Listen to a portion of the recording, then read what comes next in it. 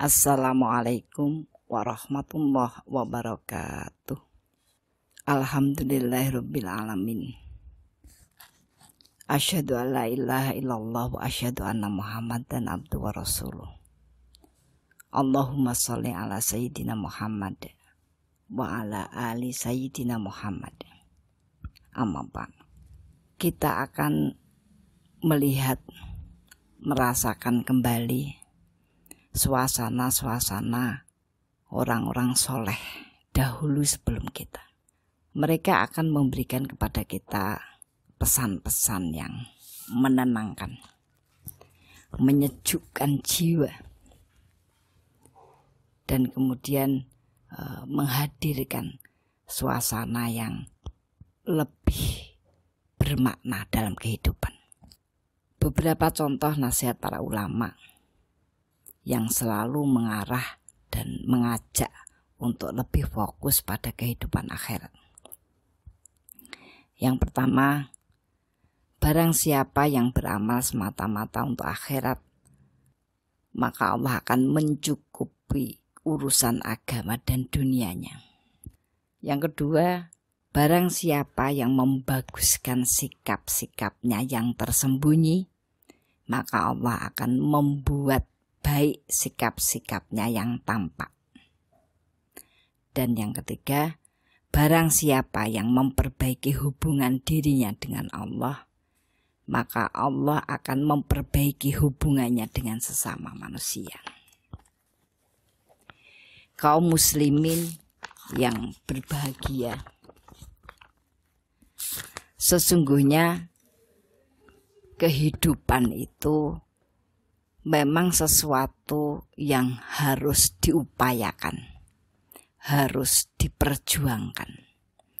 Kenapa? Karena tabiat kebaikan itu sendiri adalah harus berlelah-lelah. Semua kebaikan akan dilingkari dengan berbagai hal yang melelahkan.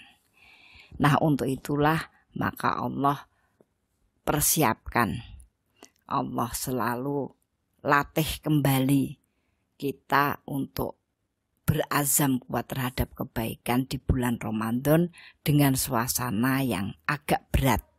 Dan bahkan berat bagi orang-orang yang memang tidak terbiasa berkonsentrasi kepada kebaikan.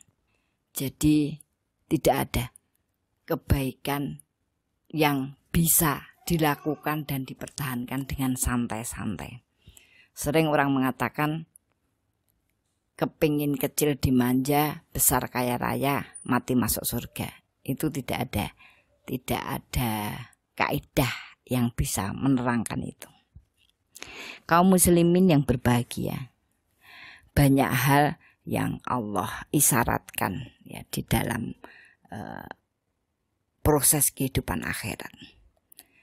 Tentu saja kita tahu Al-Quran diturunkan itu sepertiganya berisi sejarah. Allah tidak pernah bosan menceritakan umat-umat terdahulu. Kaum Ad, Tsamud, Fir'aun, kaumnya Nabi Nuh, mereka dihancurkan. Mereka berhasil dari segi ilmiah, tetapi dengan keberhasilan itu tidak mentaati Allah. Allah tidak bangga dengan pencapaian manusia secara duniawi. Kalau di puncak pencapaian justru tidak taat. Alam ini Allah yang mengatur, maka harus ikut sistem Allah. Seandainya ada satu pelanggaran hukum, maka pasti hancur kehidupan ini.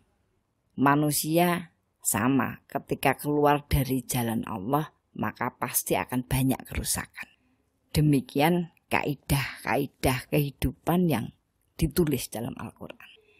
Bedanya orang sekarang itu dibandingkan orang dahulu, sebenarnya secara substansi kesalahannya hampir sama, tetapi cara berbuat dosanya berbeda. Karena kecanggihan teknologi ya bisa memfasilitasi cara berbuat dosa dengan sangat canggih. Maka balasan ya yang Allah siapkan kapan kaum itu diberikan azab, itu tetap menjadi hak penuh Allah. Yang jelas Allah akan tetap memantau. Dosa sekecil apapun ada kompensasinya.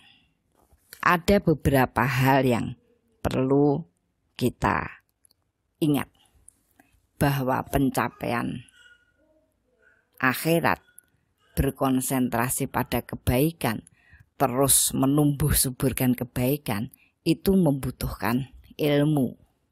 Dan orang itu baru bisa merasakan kelezatan ilmu ketika dia sudah sampai pada titik berlelah-lelah belajar. Setelah kemudian berlelah-lelah dan kemudian menguasai, baru kemudian Allah akan membukakan banyak jalan. Itu yang menjadikan setiap orang itu berkembang kemampuan memecahkan masalahnya. Tentu saja semakin banyak ilmu, makin banyak jalan keluar untuk memecahkan persoalan. Seperti hanya kita hafal jalan.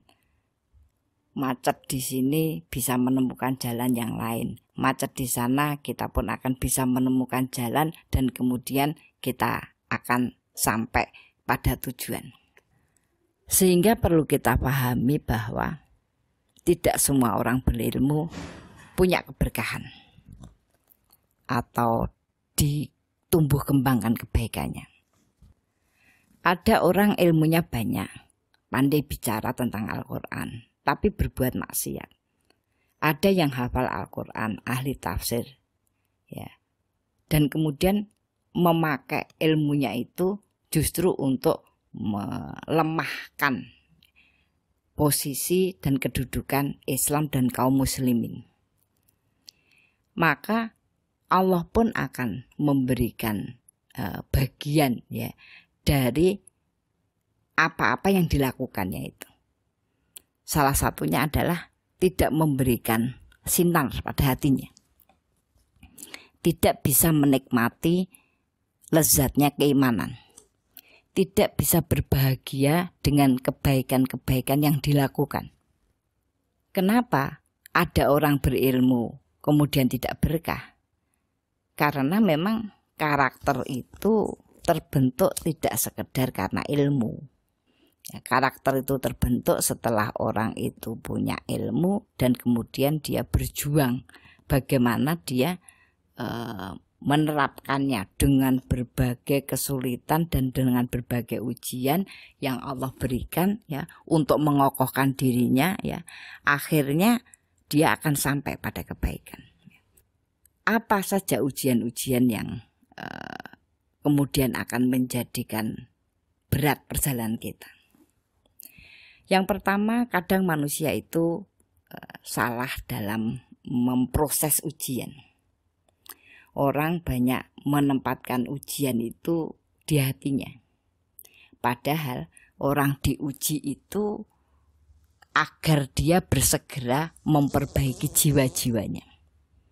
Orang diuji itu agar segera menajamkan ilmunya untuk mencari berbagai cara. Ya. Dan orang diuji itu